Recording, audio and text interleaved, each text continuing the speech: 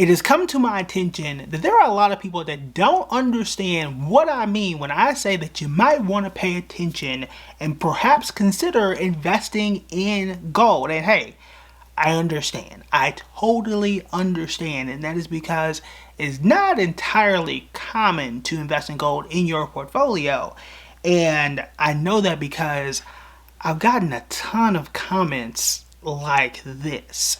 So in this video, I'm going to show you exactly what I mean by investing in gold. I'm going to give you 3 different ways, actually 4 different ways of how you can invest in gold in your portfolio today and give you the pros and cons. But first, let's talk about this. Now, at the time I'm doing this video on the 17th of February in 2026, and yes, the market can absolutely change, gold is up 73% compared to the US stock market at just 11%.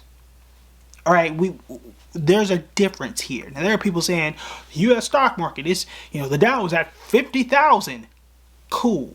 73 compared to I'm trying to get you paid, bruh. Okay, now there's obviously no guarantees in the stock market here. 73 to 11. Now to go even further here, in the last 6 months, gold is up 50% compared to just 5. And then just the last month, gold is up 9% compared to negative 1.5% compared to the S&P 500. Come on now. What are we doing here? All right, you do want to at least pay attention to gold. Now, why is gold doing as well as it is? I already stated this in a previous video. A part of it is due to tariffs. A part of it is due to a lot of the policies that we've done in the United States. I'm not going to go into a huge tangent as to why, but that is a reason. I'll also talk about how much you may want to consider investing in gold. But let's go ahead and talk about how you can invest in gold.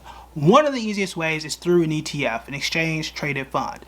This is investing in something like GLD. That is the ticker symbol. And what these are, what this is going to allow you to do is invest in something just like you would a stock, and it's linked to the price of gold. GLD is one of the most, let's say, the most popular ways to do it. The advantage here is, again, you can buy and sell like a stock, and it's widely available, and I don't need to go out and buy physical gold bars.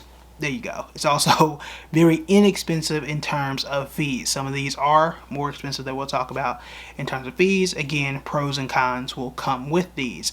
But that is perhaps my favorite way of doing it. Is going to reflect pretty much the price of gold. So 73%.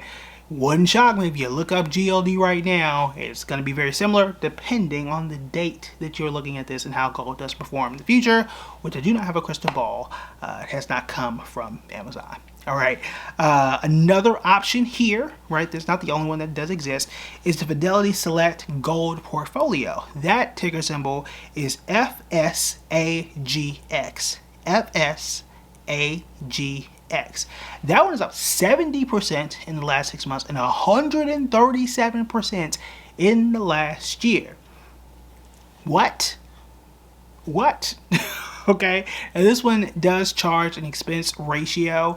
If I remember correctly, and we can put it on the screen somewhere, I think it was 0.68%. If I'm not mistaken. That is more expensive. Again, I'll put it on the screen. I'm doing that from memory.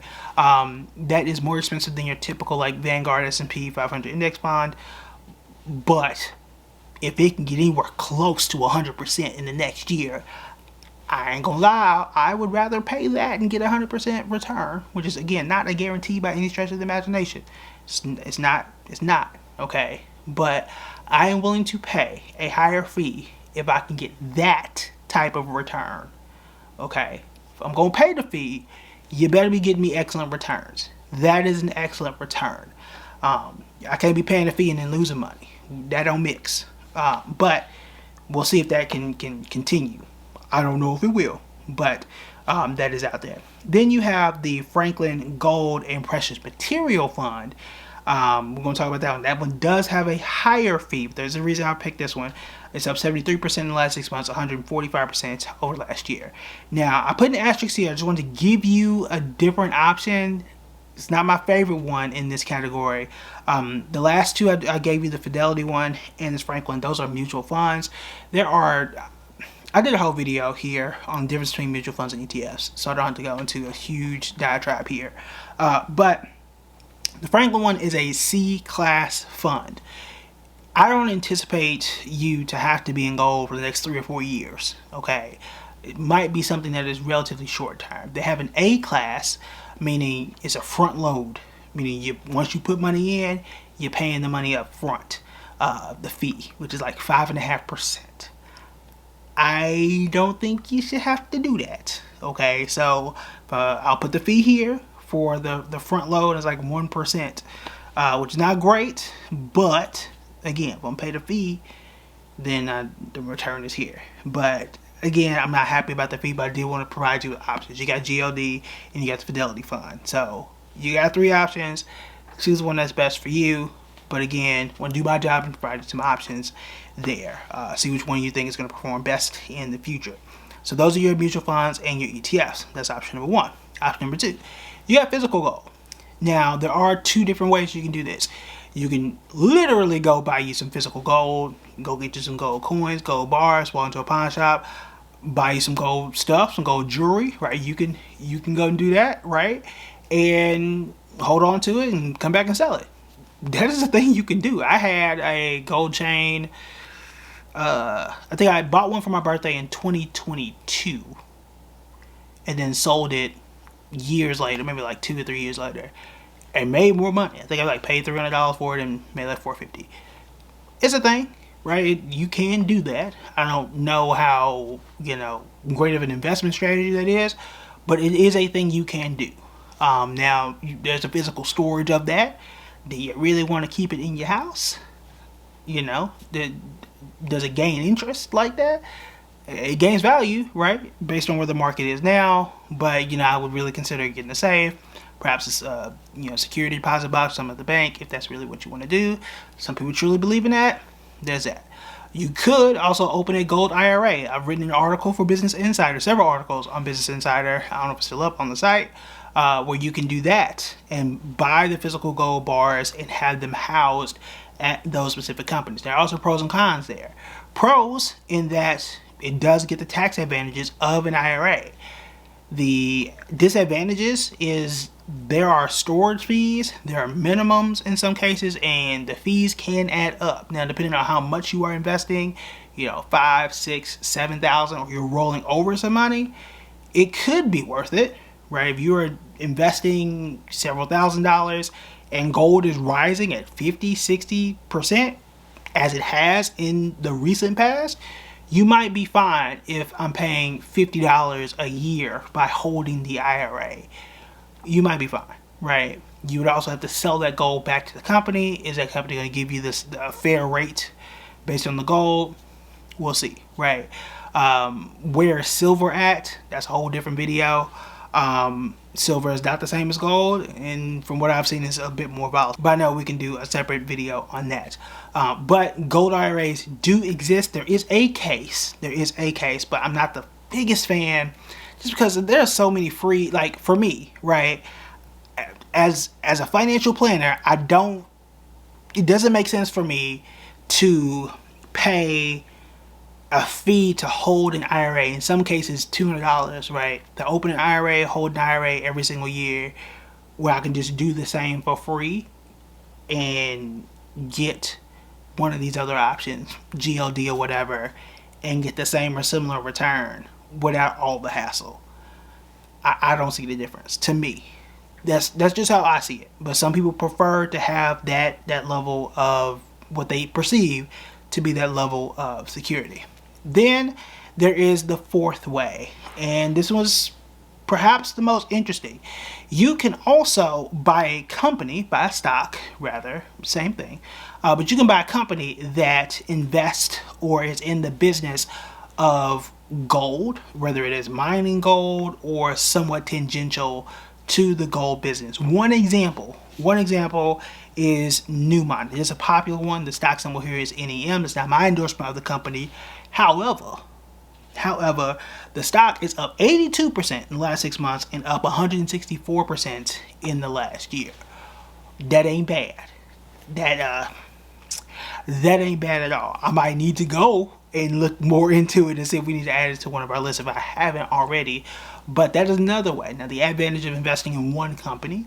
Well, let's talk about disadvantages first. Disadvantages is, you're taking more risk by investing in just one single company. The advantage is it does have leadership. That is the one thing versus all of these others, is that this one has leadership, this one has dividends, this one has, I think this one pays dividends, if I'm not mistaken. We can correct that and put it on the screen. But it has a CEO that says, hey, look, this is what's going on. It has income. There's analysis that we can make with this company that we cannot do with anything else. Everything else is just a commodity. It's just literally just as a rock or a fund that tracks a rock, because that's what gold is. It's an element, right? A precious metal at the end of the day. This is a company with employees that does stuff and produces income, and as somebody, as really people at the end of the day, that are making decisions that we can judge the quality of. We can do that. We cannot do that with the rest of them. So there is an advantage there. Though we are taking on perhaps more risk. Now, is it riskier to invest in gold itself versus this one company? That's actually a good question. I know it is riskier to invest in this one company versus the S&P 500. That is true, right? But is it riskier to do this one company versus gold itself? That's actually a question I would, venture to dig more into, because we'll have to see.